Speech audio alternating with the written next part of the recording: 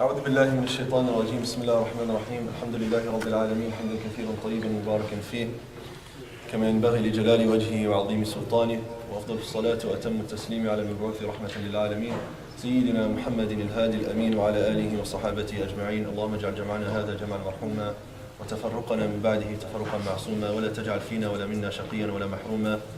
اللهم اجعل عملنا كله صالحا واجعله لوجهك خالصا ولا تجعل فيه لأحد غيرك شيئا. اللهم اهدنا لأحسن الأخلاق فإنه لا يهدي لأحسنها إلا أنت. Respected brothers and sisters in Islam, we continue our short talks around Islamic matters for the book Shaykh Abdul Fattah Abu by the same name, Islamic Matters. We ask Allah to allow us to benefit from these words. Today we're going to talk about dealing with non-Muslims, and specifically we're going to lay the proof. We're going to just mention some proof as to why everything we've mentioned in the past 17 days applies to Muslims and non-Muslims. So we're not introducing any new manners, but rather just explaining why dealing with non-Muslims in the same respect and everything that we mentioned earlier also applies. So Allah subhanahu wa ta'ala tells us in Surah Al-Mumtahina, لا ينهاكم الله عن الذين لم يقاتلوكم في الدين ولم يخرجوكم من دياركم أن تبروهم وتقسطوا إليهم إن الله يحب المقسطين. Allah subhanahu wa ta'ala says that Allah Azza wa Jal does not forbid you with regard to those who do not fight you for your faith, nor drive you out of your homes, to deal kindly and justly with them. For Allah loves those who are just. Allah only forbids you with regard to those who fight you because of your faith and drive you out of your homes and support others in driving you out, for turning them for friendship and alliance, for those of you who do that are doing wrong. So the verse is pretty clear that those that, the general masses of this society are not fighting us nor expelling us from our homes. And so Allah subhanahu wa ta'ala is saying that Allah does not forbid you to be good with them and just. Actually, you have to be just with everyone. The word qist here, actually, a lot of the scholars, Qadi Abu Bakr ibn al-Arabi, the great Maliki scholar, he says qist here actually doesn't come from justice, it comes from sharing. Because justice is required for everyone. Whether they fought you or didn't fight you, you have to be just. Justice is something essential. However, qist here comes from the word that means share, that you share with them and that you're kind with them. And the Prophet ﷺ tells us in the Hadith, لا يؤمن أحدكم حتى يحب لأخيه ما يحب لنفسه. None of you will truly believe until he loves for his brother what he loves for himself. And the scholars are in unanimous agreement that brother here means brother in humanity. Because there's another narration in the Hadith where the Prophet ﷺ says, لا يبلغ العبد حقيقة الإيمان حتى يحب للناس ما يحب لنفسه. And it's authentic Hadith. That none of you will reach the peak of faith, or will realize the reality of faith until he loves for people what he loves for himself. So this hadith is actually very, very general. Loves for people. And in another narration in Muslim, until he loves for his brother or neighbor what he loves for himself. So the point is very clear that we love for humanity in general what we want for ourselves, which is guidance, well-being, being on the straight path, all of these things. So again, it's wajib to deal nicely with them and respect.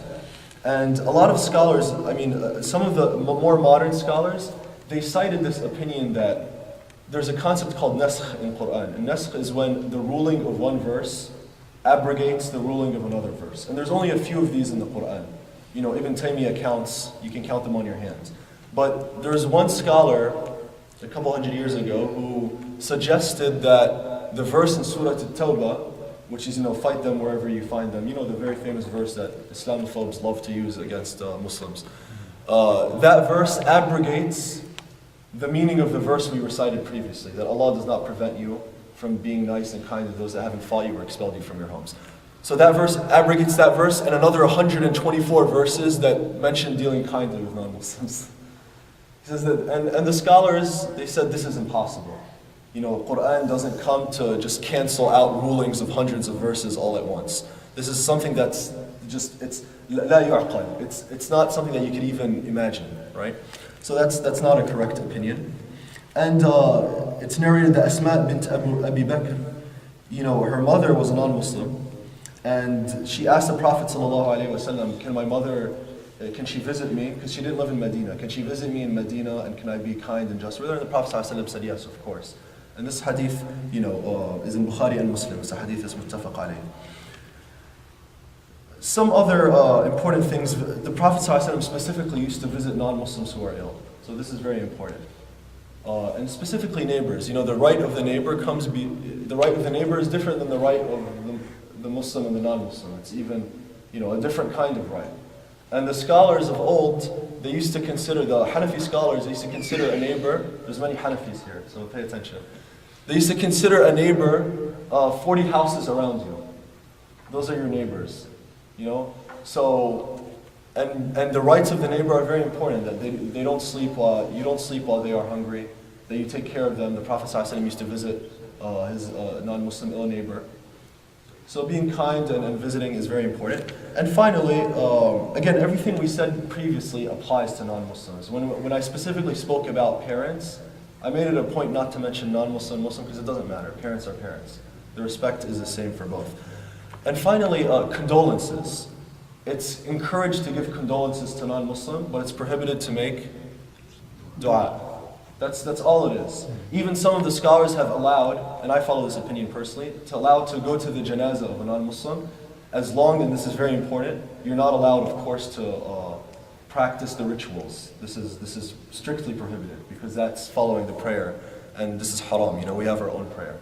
However, giving condolences for sure is allowed. There's no difference of opinion on this. And of the janazah, there's difference of opinion. I take the opinion that it's okay, as long as you, again, do not practice the rituals. And a lot of major scholars have taken this opinion, it's not my own. However, and I think this opinion makes sense because a lot of brothers here have family members who are non-Muslims. So it really doesn't make sense that a person's mother or father passes away and the son just doesn't go to their janazah. I can't even imagine this. This is very, very difficult, especially if the parents weren't in a state of enmity towards Islam or anything like this. Again, so when you can make dua for the family. May Allah give the family patience, things like that for their life. But for the dead, if you've known that they died on non-Islam, it's prohibited to make dua for them. We'll close with this, inshallah. سبحانك اللهم وبحمدك أشهد أن لا إله إلا أنت أستغفرك وأتوب إليك. جزاكم الله خير.